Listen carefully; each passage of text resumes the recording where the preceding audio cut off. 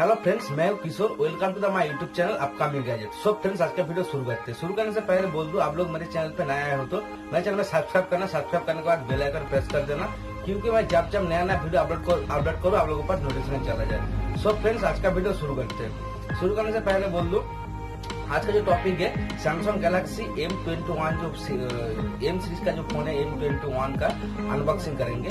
उस फोन में क्या क्या फीचर्स है, क्या क्या अच्छा है, क्या क्या बुरा है, वो हम लोग देख लेंगे। तो लास्ट में आप लोग कमेंट करके जरूर बोलना फोन में क्या क्या आप लोग को अच्छा लगा, कौन सा फीचर्स बुरा लगा। हर दिन की तरह आप लोग कमेंट करके लास्ट में जरूर बोलना। सो फ्रेंड्स, आज का वीडियो शुरू करें।